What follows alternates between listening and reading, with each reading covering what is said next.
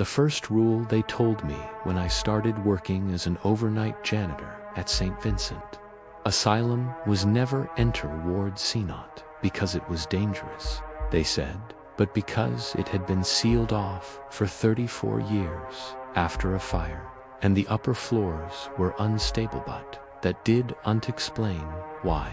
I always heard whispers coming from the other side of the locked doors.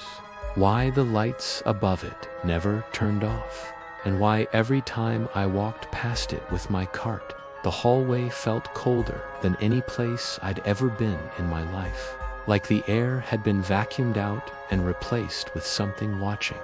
I took the job because I was broke, recently divorced, and sleeping in my carso when the hospital offered me a full-time night shift with a room in the staff basement. I said yes without asking why an abandoned asylum still needed nightly cleaning and why the supervisor only visited during the day. My first week was quiet, just dust and mold and long halls filled with peeling wallpaper and silence until my third night, when, like someone had just walked through, but the cameras showed nothing, and the security guard, a man named Curtis, just said, "Ignore it. Happens sometimes." I didn't sleep that day. That night, the elevator took me to a floor that didn't exist, marked -1. And when the doors opened, it wasn't just empty, it was wrong. The lights buzzed like static, the walls were wet, and a gurney rolled past me without anyone pushing it, wheels squeaking softly, as if trying not to be heard. The next morning, Curtis told me it was best I tried to understand how this place works. I wanted to quit, but I needed the money, and part of me felt drawn to it, like I was supposed to be there, like I was remembering something I hadn't lived yet. The nightmares started on night 5. I saw myself strapped to a hospital bed, unable to scream as doctors in black surgical masks inserted something into my throat, a thin, writhing tube that pulsed and whispered while they told me I had to learn to listen. I'd wake drenched in sweat, with small bruises on my wrists I couldn't explain. On night 7, the lights went out for 20 seconds exactly, and when they came back, every door in Ward A was open, and written across the wall in something red was the word "Stay." But the worst part was that one of the doors was to Ward C. I walked toward it slowly, against every instinct, and found the lock broken, the hinges warped. I pushed it open. Inside, the air was thick with rot and metal, and something else I can't name. The walls were covered in charts and photos, but all the faces were scratched out, and I swear one of them looked like a picture of me from childhood.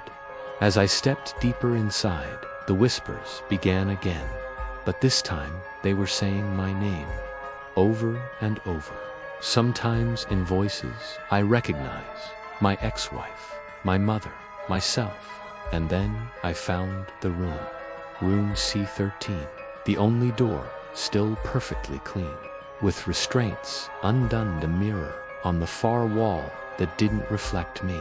Instead, it showed the room as it used to be, bright, clean, with a boy strapped to the bed, crying, begging for help, and doctors standing around him, whispering, "We finally got him to forget." I backed away, but the mirror showed me getting closer. Then the lights went out again.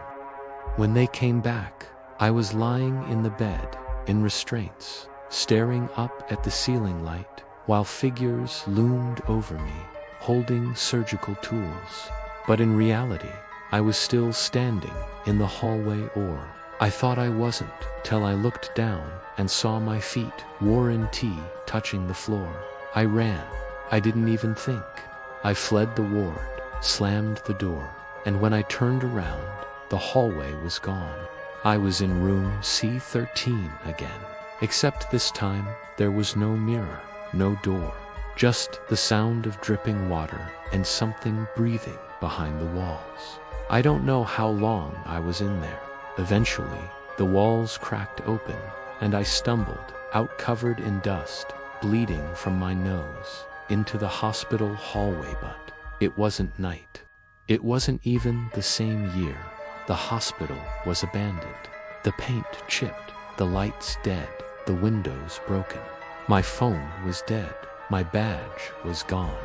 And when I looked at the patient directory on the wall, I saw a file dated 1987 with my name, admitted at age 9. Diagnosis: dissociative trauma following loss of family in fire. Status: never discharged. And taped to it was a Polaroid of me taken that morning, walking into Ward C. I never worked here. I never lived outside. I had never left the hospital. I just forgot. And now, every night at exactly 3:33 a.m., I hear the whispers return. The elevator still opens to -1. The gurney still rolls past. And in room C13, the bed is waiting for me, always empty, until I fall asleep again.